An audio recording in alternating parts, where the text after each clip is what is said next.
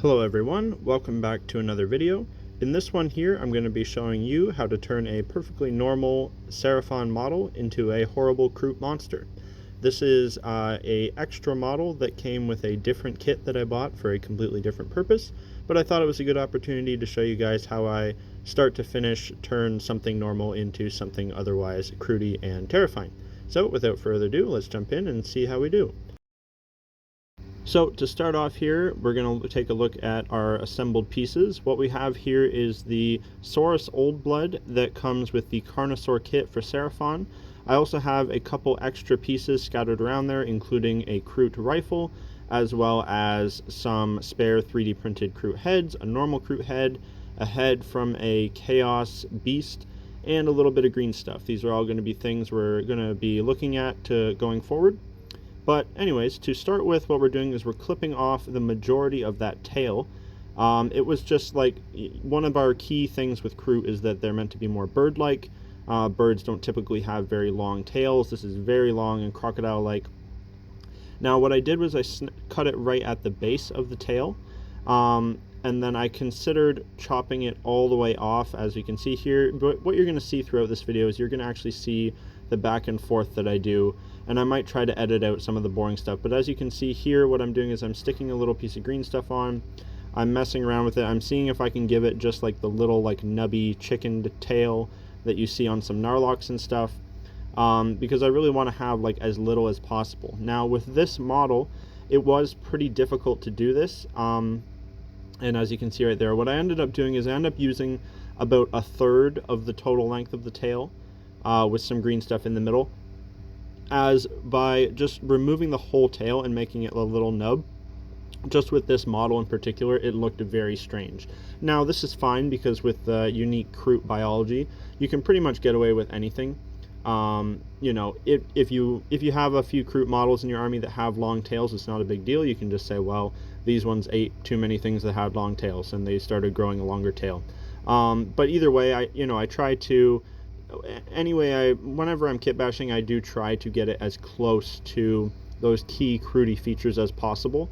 Now with something like this, things that I'm not going to do, I'm not going to go and I'm not going to smooth out his entire scaly body. That's just silly. That would be way too much work for, in my opinion, not enough payoff. You can just say that this guy, wherever he was living, he was eating a whole shitload of crocodiles, and that's why he's developed scales, and that's why his tail has lengthened the way that it has. And again, like, that's totally fine, but then you do need to go the extra mile, in my opinion, and bring out that Krootiness in some other ways, which you'll see later on. You still see me going back and forth here a little bit. It took me quite a while to decide whether or not I was just going to try to do the little nub or if I was going to attach the base of the tail. And I did end up going with the base of the tail, as you can see here. Now, I am sorry for my poor camera work, yeah, so what we're done right here is I've set that aside. We've got the basic shape down, but we're just going to let that green stuff cure a little bit before we go ahead and start trying to actually sculpt some scales into it. With the scales going down his whole body, I was going to have to continue those on the green stuff part that I made. So in the meantime, we're going to work on something else, and that is his weapon. Now, this kit comes with a lot of cool other weapons. I ended up picking this big halberd thing. It just seemed like a cool, kind of Kroot staff weapon, which kind of seemed more in line with them than, say, like the spiky sword that came in the kit. So what we're doing here is I had pre-looked at it, and it turns out normal Kroot hands are very close in size to the normal hands that come in this kit, the normal Seraphon hands. So what we're doing is we're just doing a simple swap. We've taken a hand that was gripping the shaft or barrel of a Kroot rifle, and we've just clipped that off, and we're going to replace it with the hand that was gripping the shaft or like pole of this halberd type weapon. So a very simple switch. But so what you're seeing me doing here, and this is important, if you're doing any of these sort of weapon swaps where you have like a straight bit that they're holding onto, you really want to make sure you cut those straight, and you might have to trim them up after. And then what I like to do is I cut like a little cross into each part that's being glued together. It just gives it a little bit more surface area for glue to settle into. I just find it gives you a little bit more secure of a connection. Doing this sort of thing where you're replacing a middle part, like where a hand is holding that seems to be one of the most unstable things to try to glue. Once it's all glued together, it's pretty good, but especially if you have to fiddle around with it a bit, like you're noticing once you glue it that it's at a little bit of an angle, and then you got to snap it off and trim it, and it can just become a bit of a mess very quickly. So I like to do that just to give myself a little bit of extra room. And then, as you saw there, what I do is I put a little dab of extra glue on afterwards, just on the outside, to again just make that seal as good as possible. Now, while we're letting that part dry, we're going to go ahead and glue on his legs. This is a bit of a strange kit. As far as I know, I have all the pieces because it was new on sprue, but it seemed like there maybe was something missing from his underside, but it ended up being fine. I just trimmed off the little spot where it looked like something would connect. But so we've glued on his legs, and then we've selected the torso that has a little bit less armor on it, just for what it's representing, that it seemed like he probably wouldn't need that much ornamentation. And again, I apologize for my poor camera work here. I did not realize that my hands were so out of place, but I assure you that all I'm doing is gluing pieces together right now.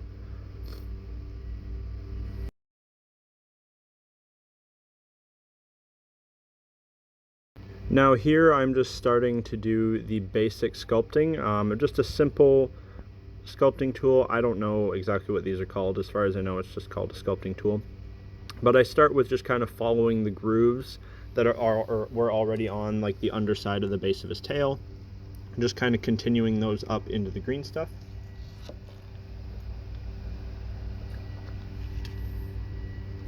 And now I'm doing the more fine detail stuff. Now, I am by no means a master sculptor. I am no modern synthesist over here, but you know, I'm just kind of copying the pattern that's already there on his back to the best of my ability. And I find that if your sculpting skills, like mine, are pretty far from perfect, it's pretty easy to not hide, but sort of tidy up a little bit with paint. There's a lot of things you can do as far as highlighting and where you place your shadows and whatnot, that you can kind of make things look a little bit better than they are. I also have the patience of a 4-year-old, so where some people would like let their green stuff cure for half an hour and they would spend 2 hours just sculpting it, like I'm sorry guys, I'm just not going to do that. I have such a busy life, I can't. If I did that, I would never finish a model. But yeah, as you can see here, I'm just kind of roughly copying the pattern of the scales that were already going down his back. And I'll probably just shut up here, and maybe I'll speed it up even more than it already is, because I think I mess around with it quite a bit. I think I mess around with the position of the tail a fair bit as well, and further mess around with how the scales are shaped. And as always, whenever I end up doing a bigger green stuff project like this, inevitably I end up squishing it with my fingers and then having to redo it a bit. So I'm pretty sure that happens at least twice in here. Also you can see very poor work table management. I have not put the cap back on that glue yet, and this is why I go through glue like crazy, because it is constantly drying out on me. Also, just a real quick thing, as you can see from later on, I did switch up to the broken blade of a knife. I just found this to be a better tool for getting those kind of like deep grooves in the scales. The scales on this guy's back are like very prominent, like they're very like the crevices in them are very deeply set in. So kind of stabbing it with the end of the knife seemed to work a little bit better.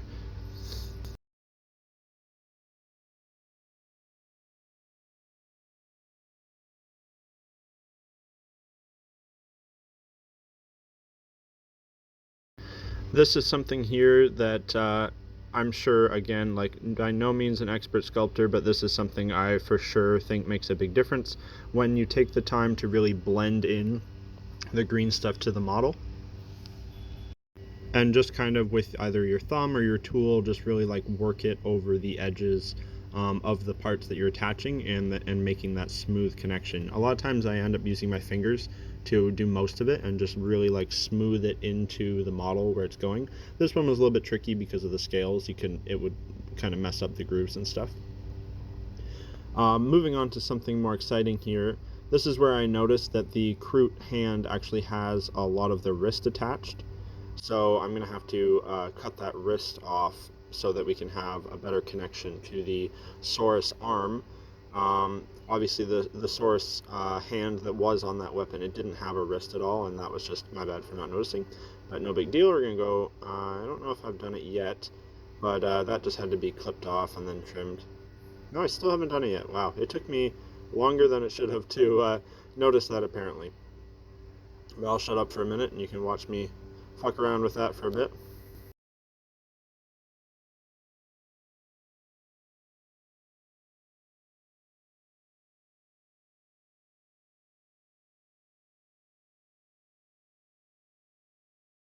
So apparently I was too embarrassed of myself to just cut that part out where I messed up the wrist for a bit. But now we're actually deciding which head to use. And so here we've got our parts laid out, and this is something that I do all the time where I will have several different options and it'll take me a bit to figure out. I'm either going to use the Saurus head that comes with it, and I'm going to green stuff a beak onto it, or I'm going to use this cool Chaos Beast head that already has a beak, but either way I'm going to have to add in those Kroot quills. And this is where the 3D printer is amazing, because I've got all these extra heads that I had 3D printed like a year ago, just laying around. So I've got a lot of extra quills. I honestly kind of regret my decision because, spoiler, I did end up going with the Saurus head, but that bird head, or whatever it's supposed to be head, does look very cool. Now, my reasoning, and this makes me feel better about it, is I've already committed to using that head on a different model, which you guys will see in the very near future. So if you're like, oh man, that head looks so cool, don't worry. That head will be used very shortly, and I think it will actually fit that model a little bit better. I just wish I had an unlimited amount of those heads. I have like 6 of them, because I would be using them for all kinds of Kroot things. So here I'm starting to make the beak for this Saurus head, and what I do is I just take a little grub or little worm of green stuff, and I try to make it pretty symmetrical and just fold it around the bottom jaw. And I've done this on quite a few models. If they have an open mouth, sometimes you will have to take your knife and trim off their teeth. In this case I didn't have to. It ended up being pretty well covered up by the beak. And sometimes, depending what it is, it's really nice to have those teeth to kind of support the beak you're making. Now, the thing to remember is that Kroot almost always have an underbite, so just when you're making your Kroot beaks, always try to bring that bottom jaw of the beak out further. And you can go pretty wild with it. I decided to actually bring it out quite a bit and really alter the shape of that Saurus mouth. But what I'm doing here is I'm still in, this is like the planning stage, I guess, so I'm just getting like the rough shape of the beak. And I think at this point I still wasn't even 100% committed to this head at all. But so what I'm doing is I'm really, as I said, like blend that green stuff into the model, mush it up, and like really like not almost kind of smear it into the plastic to get it a really nice and smooth connection, and then you shape it afterwards, instead of trying to do it first. And again, there are a bajillion way better sculptors than me. Please go and check out their videos, especially Modern Synthesist. He is my personal favorite, but I know there's tons of other ones. And yeah, so yeah, like I said, once you get that smooth connection, everything's pretty sturdy, then you can start messing around with your shapes. Kroot beaks in general are usually, like I said, they got the underbite, and then they're usually pretty jagged, like they've got multiple points. It's usually not like a nice smooth beak like a normal bird like we would have today. It's how you keep like that kind of dinosaur vibe with them, in my opinion. It makes them look more, almost kind of more like some turtle beaks now that I think about it. But now we have the rough shape down. I'm going to start messing with it. One other common thing with Kroot beaks is they usually have these lines going vertically top to bottom on both the top and bottom jaw. So as you can see now, I've brought those in. I just went ahead and jumped to where I was done it. Now we're going to look at attaching the quills. Universally, again, all Kroot creatures have quills of some kind. They come in all different placements and shapes and sizes. The quills on a Kroot hound, for example, are on the back, and they're kind of like all over the whole back, whereas some like Kroot carnivores, it's more like a little mohawk. Kroot hawks, it's like very small ones on the top of their head. They're all very different, but they are all there. So for this guy, what I decided to do originally, and again, this is where you're seeing like the planning and the process here, is I decided to break this 3D printed crest of quills. And what I thought I could do was stick some green stuff on the back of his head, and then individually place these quills. Now, what I didn't account for was, one, how tiny and how difficult that would be to do.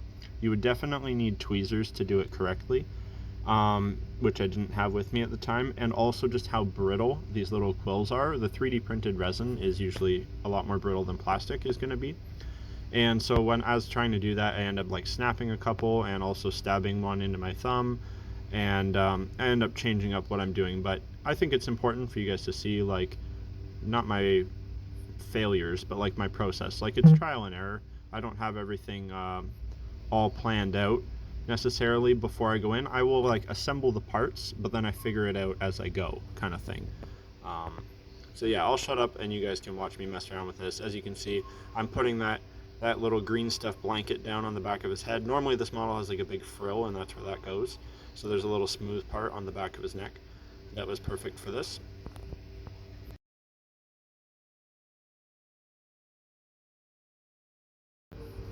And here I am trying and failing to individually place these goddamn quills.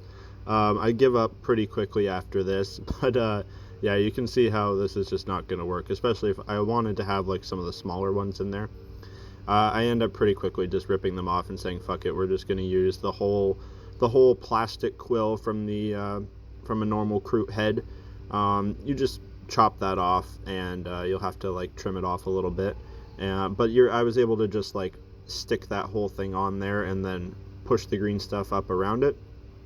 It did end up using a couple of the larger 3D printed quills kind of stuck in the sides, just to kind of bring out the shape of the crest a little bit more. I just thought that was a little bit more unique looking, but yeah, I did not end up hand placing a whole crest worth of quills. It just was not in the cards.